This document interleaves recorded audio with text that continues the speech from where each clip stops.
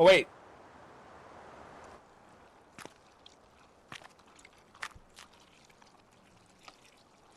Are you cold? Nah, I'm pretty toasty. Holy crap, I never noticed how pale she was. Oh, good hunter.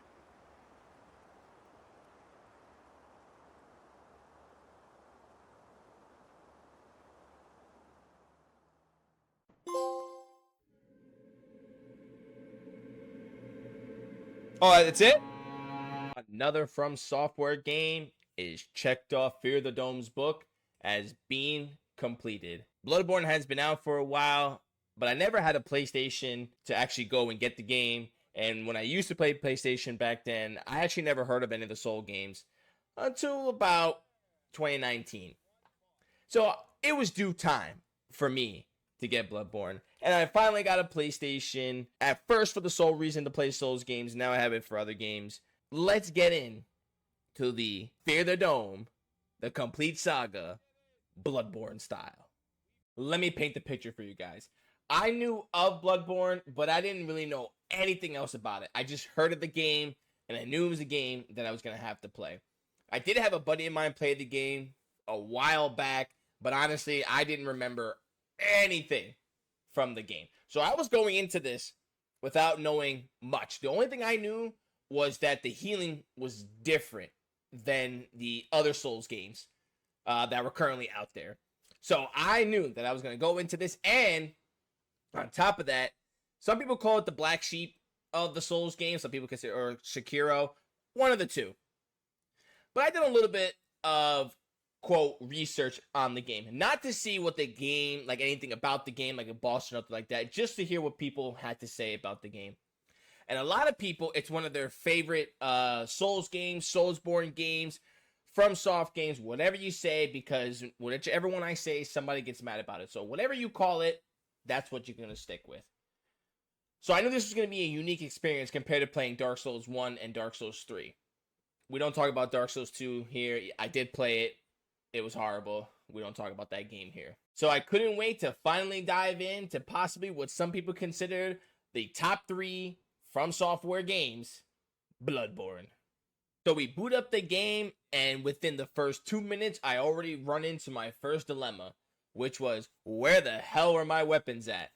I honestly thought that something was wrong with the game, and the game was glitched already, because I was like, where is my weapon? Because in the other Souls games, you get your weapons right off the bat, but it didn't take me too long to realize that I had to die in order to finally be put to the hunter's dream to get my weapons.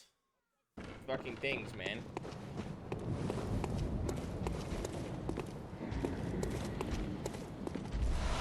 Quicksilver bullets.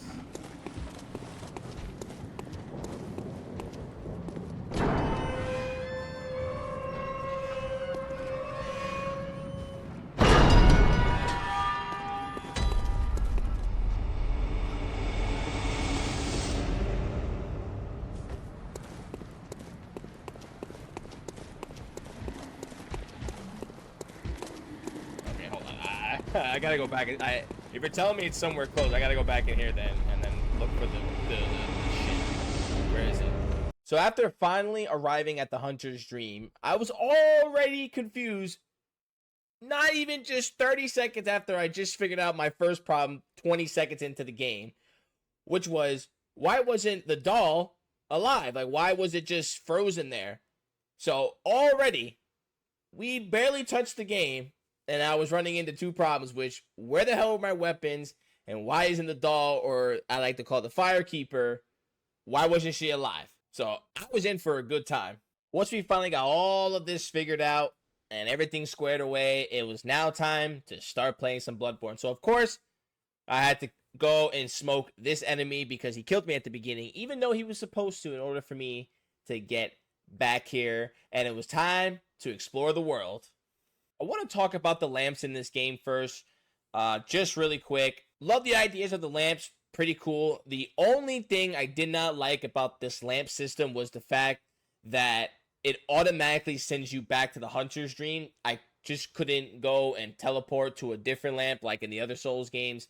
It's just a little minor inconvenience. It's something like super major. I just didn't like the fact that like if I wanted to go to a different lamp, I would have to go to a lamp, go back to the Hunter's Dream, find the tombstone, and then go to that lamp. It would just be a little more convenient if I could just go to the lamp and then go to a different lamp from that lamp and not the lamp with that lamp coming from the other lamp.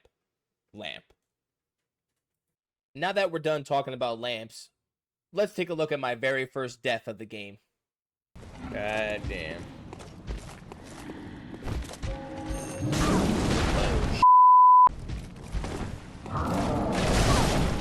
Jesus Christ, dude.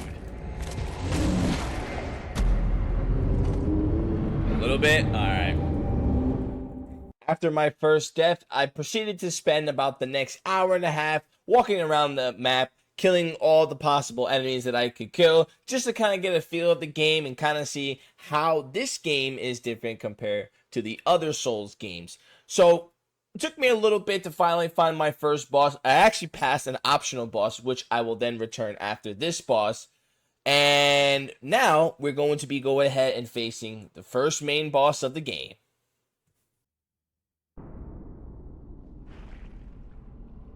Okay, well, I guess first boss fight.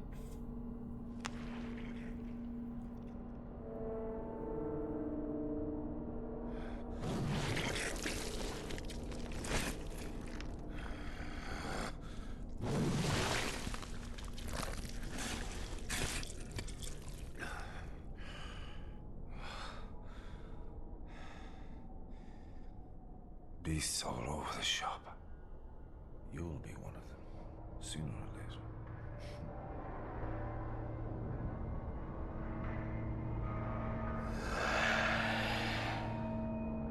Oh, I'm gonna be the beast. You got sharp-ass teeth. And then from this moment on, I proceeded to get my ass handed to me 3 different times before we were finally able to defeat the Father. Oh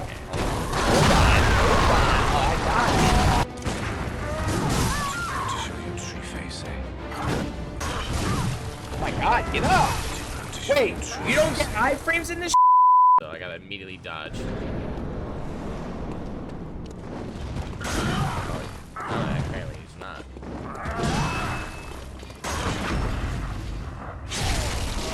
Okay, take that.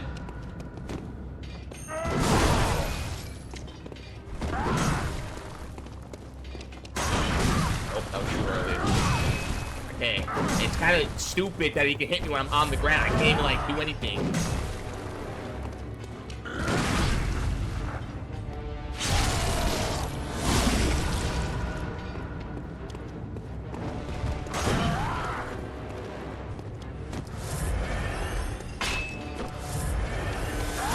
Oh, okay, I can do that too, baby. I can do that too.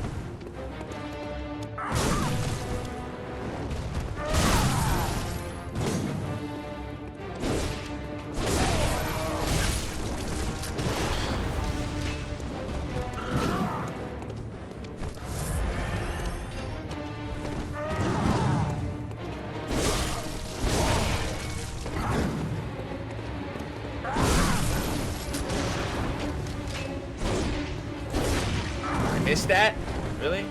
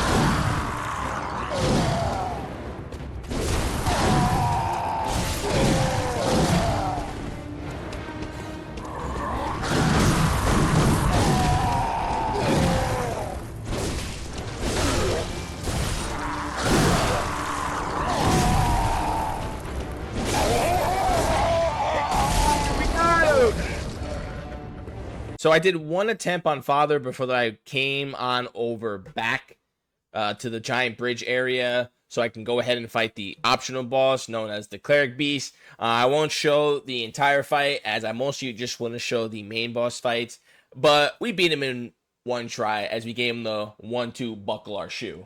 What's that? Oh god.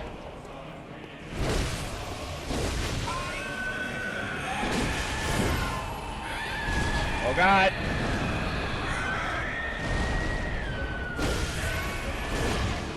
Die.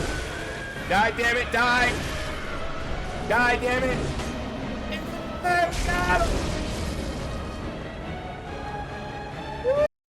After defeating those two bosses, we headed on over to the Cathedral Ward, which, for me, is kind of like the central area. I know technically the Hunter's Dream is the central area where you go to upgrade and stuff, but what I mean is that it seems like there's a lot of areas you can go to based off the Cathedral Ward, so it's definitely a good chunk of the game that you're going to be spending time at, as there's 3 possible different ways you can go outside of the Cathedral Ward. Overall, kind of looks like a second hub to me, and then you can also bring any NPCs that need help. You can then bring them over to the Cathedral Ward for safety.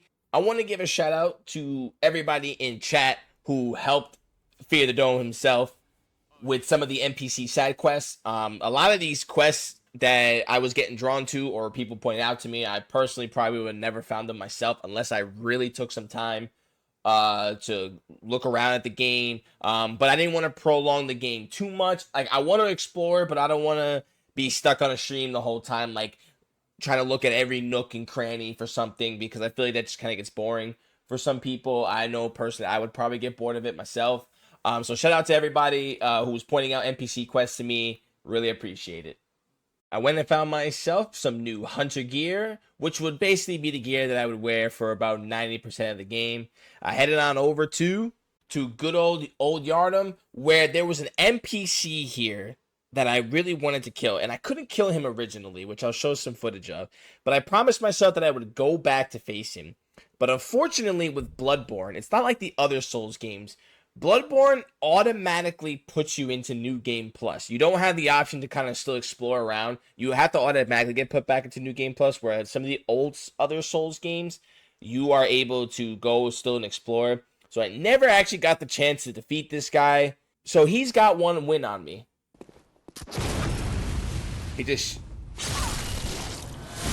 Guy just parried me.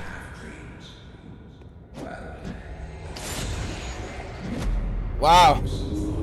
Oh.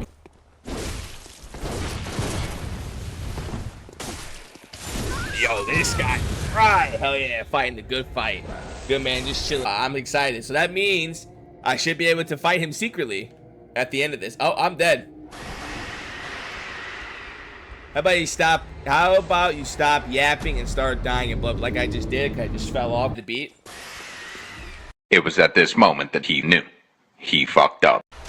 Oh god. Oh, I'm stuck in the corner. Yep. I went in there to get some bullets just to die for some bullets. So after getting disrespected by that guy twice and then dying to fall damage and dying to dogs, which every Souls games there's dogs and they're really annoying dogs, and then birds too. Birds and dogs in every Souls game are some of the most annoying things because they just don't leave you alone.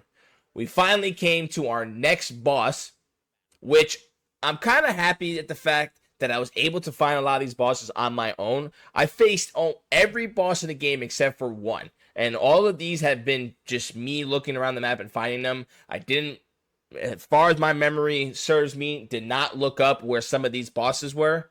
I just happened to stumble upon them. So I'm very happy for myself for doing that. But yeah, let's take a look at this amazing boss fight. Am I dead? I'm dead. Oh my god. Oh, and I'm dead. Oh my god. I'm dead. Oh my god, dude. Oh my god. Oh my god. God, dude, that stupid grab. Alright, so you guys basically get the point that I was not having fun with this boss fight. And apparently I say, oh my god, dude, I'm dead quite a lot. Never really noticed that until I started looking at the footage of this stream.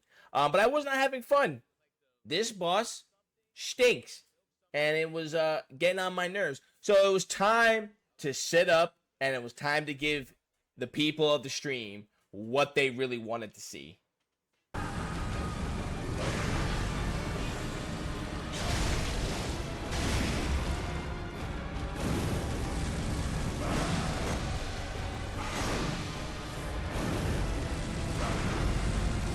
Bada bing, bada boom. GG, boss man. GG, boys. Bada bing, bada boom. With the blood-starved beast defeated, I went to do another NPC quest, and this one probably was the saddest one in the game for me. So spoilers alert, but I mean the game's been out for 9 years, but just to be on the nice side, I'm gonna say spoiler alert. So this particular NPC is a little girl who lost her parents, her father and her mother. So it turns out that the first mandatory boss of the game is her father. So we inadvertently kill him, and then in the boss arena you can find the mother. So you're left with an option to tell her if you have any idea where they could possibly be at. So I just went full on with the truth, just telling them to go to the chapel.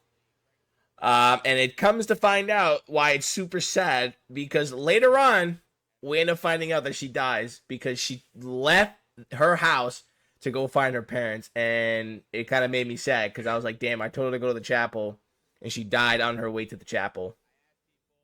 And then some evil NPC takes her spot, which I will show footage of that later, because that, I don't want to spoil that now, but yeah, that made me really sad. I was like, damn, did I just really get this little girl killed because I told her to go to the chapel?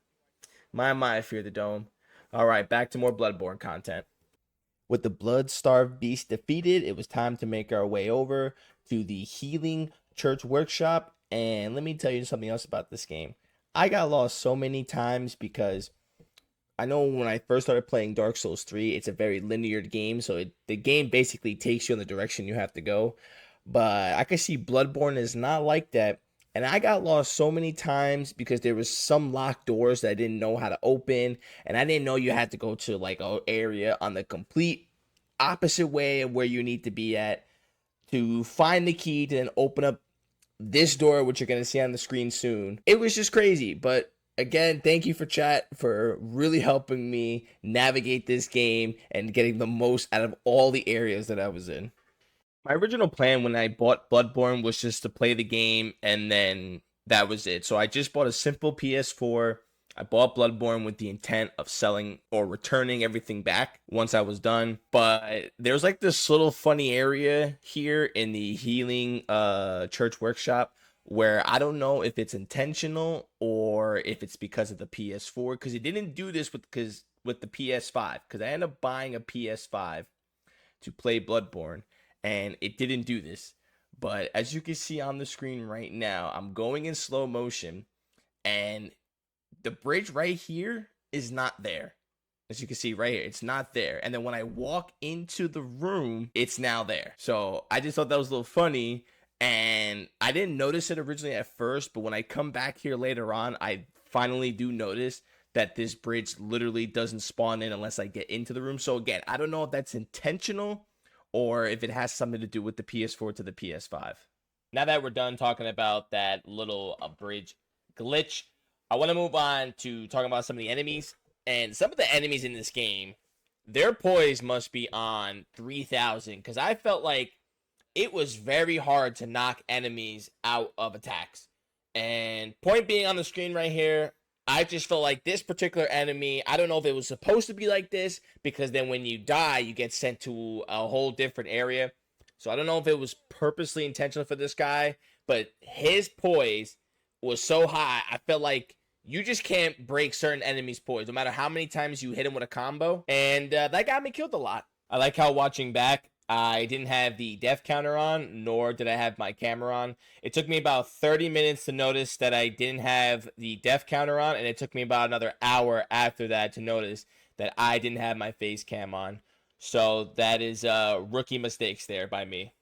Now, for some reason, I've decided to try to go back to this particular NPC to see if I can beat him.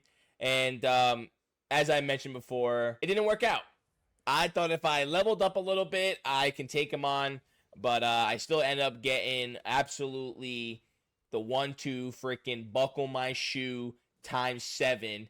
And like I said, he got the last laugh because I never end up going back to beat him because of the how New Game Plus works. Feels bad, dude. It feels bad.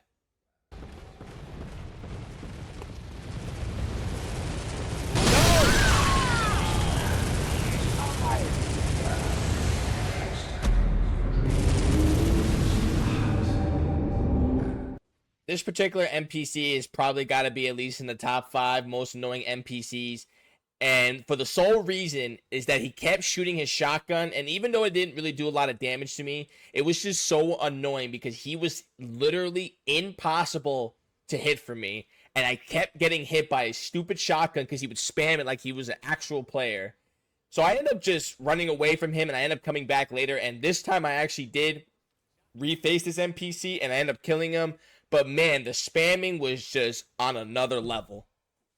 I have never been so lost in a Souls game than before I started playing Bloodborne. And maybe that's because some of the Souls games are linear, so all you have to do is literally just keep progressing. The game will take you to where you need to go. But it took me, during this particular time, half of the stream, which is about an hour and 40 minutes of trying to find out where the hell I was supposed to go. Because I just kept getting dead ends and dead ends and dead ends, or it was a dead end because I didn't do something somewhere else in order to activate this particular item so I then can go to this area. Or I didn't find a key for the locked door up in the Healing Church workshop. Hour 40 minutes before I was finally able to make my way over to Hemwick Charnel Lane to progress the story. Where the hell did she go? No. I know you're here. Alright, it's another one dead. One more. One more. I think she's over here. Oh. Heal.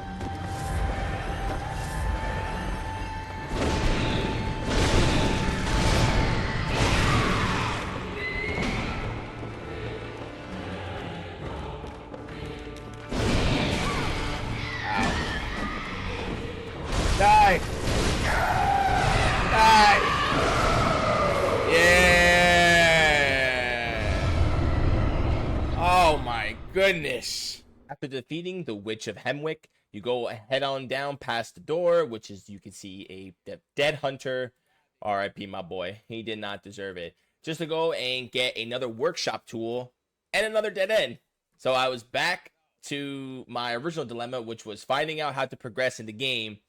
But apparently, I didn't see the giant large doors located right here, which will take us to our next main boss.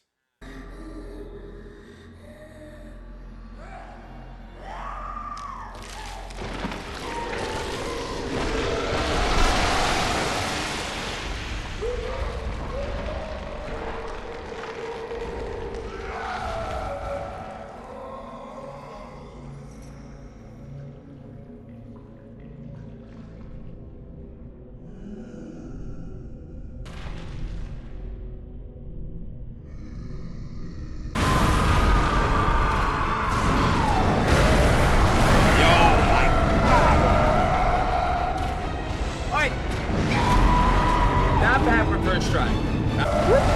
Oh yeah. Bang. Bang. Bang. Bang. Get him out of the game. Get her out. Up out of the game. Let's go. Easy. I know I said that I was going to show the main fight boss fights, but then I realized as I was making this video that this was going to be an extremely long video if I included all of just the main boss fights. And I already posted up the videos of all the boss fights for the DLC and for the base game, which are up on my channel right now. So for the sake of making this video not extremely long, we're just going to just watch the ending of it, and we're going to get to the more juicy stuff, aka listening to Fear the Dome's commentary. And speaking of Fear the Dome's commentary, I was right back to, again, stuck on where to go next, because I thought that this cutscene... Master Willem, I've come to bid you farewell. Oh, I know. You think now to betray me. No, but you will never listen. I tell you, I will not forget our adage. We are born of the blood, made men by the blood, undone by the blood. Our eyes are yet to open. Fear the old blood. I must take my leave. They mean by fear the old blood, huh?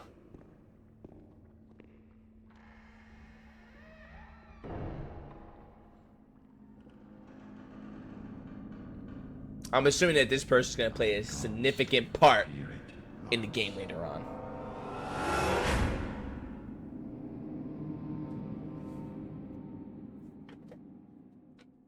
Okay, would give me some sort of clue, which it ended up did, but I just didn't understand it at the time.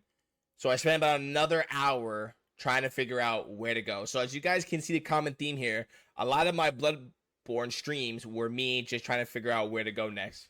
I don't know why Bloodborne put this in, but I just thought this part was hilarious. The password.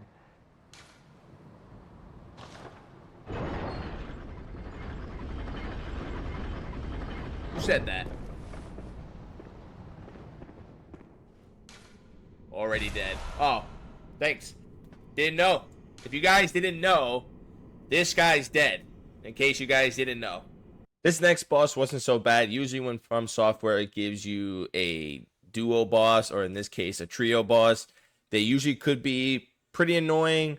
But for these guys, once you took out the one that does the pyromancy, it was pretty much game over for there. And just the usual parrying.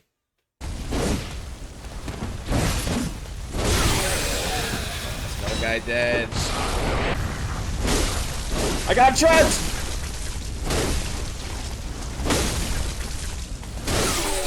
Yes! I'm going to put Rom down as one of those gimmick bosses. Now, I know I did die to her a couple times, but overall, I think she's a pretty easy boss. You just have to just learn how to dodge her one crystal move where she just launches crystal up in the air and they fall down on you. Once you know how to dodge that, you're pretty much good to go, because you can literally just get up in her face and she doesn't do anything. And the biggest pests are just her minions. But overall, I just kind of just felt like it was just a very gimmicky boss and just super easy.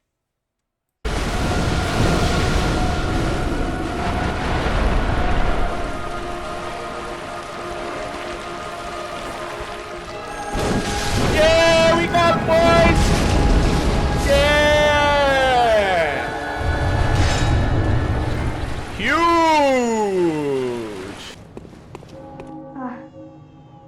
You haven't by any chance seen my little No. sister, have you? Actually, still quite small. And wears a big No, baby. tell me now this is another Have you seen her oh. anywhere? Oh. Okay then. But if you do see her, she's a small girl. No, this is the same girl that we... Oh, no. Red messenger ribbon. Red ribbon that messages are highly fond of. This thick pigment red was drawn from the organs of an unforeseen victim. A strange choice indeed, but perhaps for the messengers, wearing this accessory constitutes a form of mourning. So am I supposed to use it? Can I use it? Oh, that's from the little girl.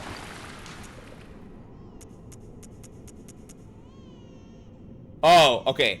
I see what you're saying. Moving on from the sadness and getting right back into it all. I found this NPC back at the very beginning where you start the game. And to be honest, listening to her dialogue, she basically saying that she was feeling awful and there was only really one thing to do.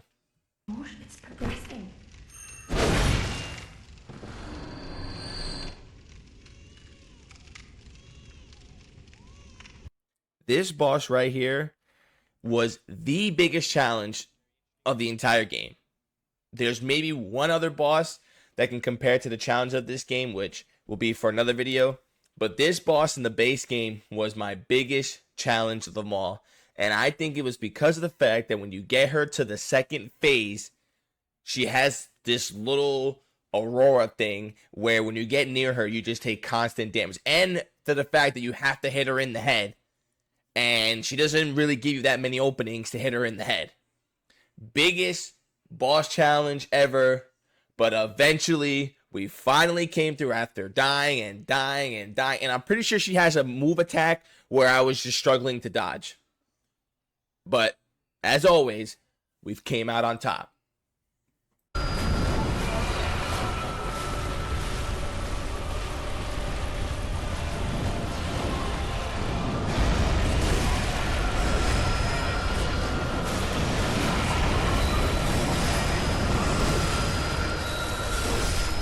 Oh my god!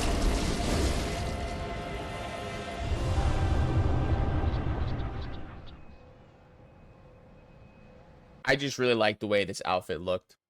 This, I considered another gimmick boss. It's just running around playing basically tag, and he only does two moves where he either summons enemies on you or he does the tentacle move where if you just so happen to be hitting him as he does that, he parries you and then automatically kills you. It's not really that fun of a fight. It's just, again, another one of those gimmick bosses that just I see bring really no value to the game. Alright, so now let's talk about the wet nurse boss. The wet nurse boss was kind of a disappointing boss fight for me. And there's a few reasons for that. So depending on how you do the ending, this is either the last boss or the second to last boss. Now, usually you want either the last boss or second to last boss to be some sort of challenge. And at first, that's what I thought I was going to get. So on the screen right now, you can see that she does this move where she makes the arena dark and you can't see anything. That's a pretty cool move. Now, I don't know if I just got super lucky or something happened with the game, but the second time I faced her, I was able to knock her out of this. And for the rest of the fight, she proceeded to never even attempt to use this move and just kept doing very basic attacks, which were very easily dodgeable. And I was always able to get behind her and just score a bunch of hits. So that made the fight kind of like, man, this is really, really easy for a supposedly last boss. Now, again, I don't know if I got lucky and that's supposed to happen or if maybe some glitch happened. I don't know. I'm just trying to see exactly what went on. But because of how that's the fight went, she's not really that high for me when it comes to the boss fights. Just because of the fact that I don't know if I got to see her full moveset.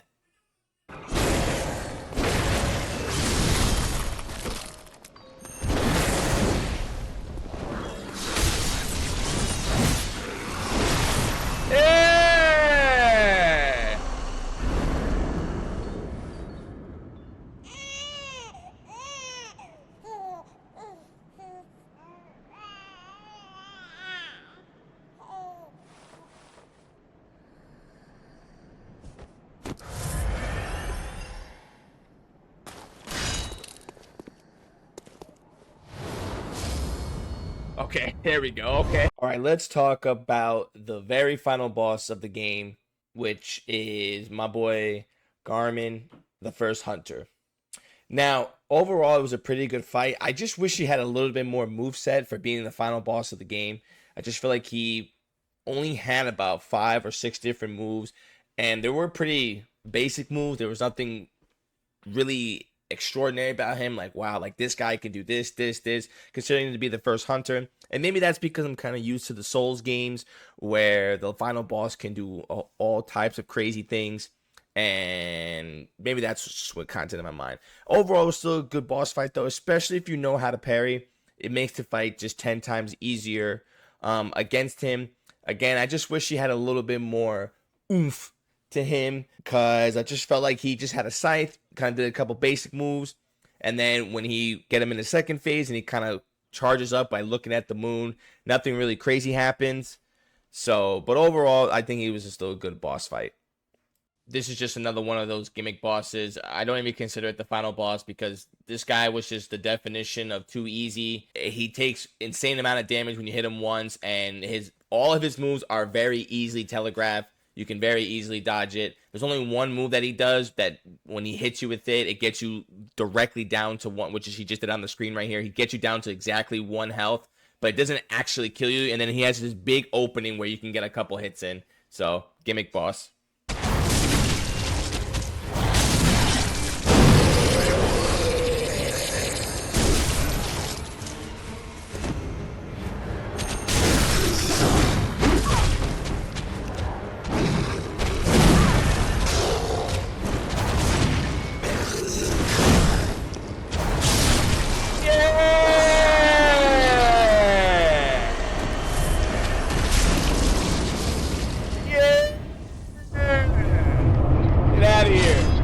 Thank you guys for watching this video so much. It truly means so much to me that you guys sat here and watched the entire video. If you guys haven't already, please make sure to give this video a like and subscribe to the channel for more content. And also go check out some of my other content like my Elden Ring level 1 challenge and my first person level 1 challenge that I did over on Elden Ring. And be sure to check out the live streams, which we stream every Monday and Wednesday at 7 p.m. Eastern Standard Time.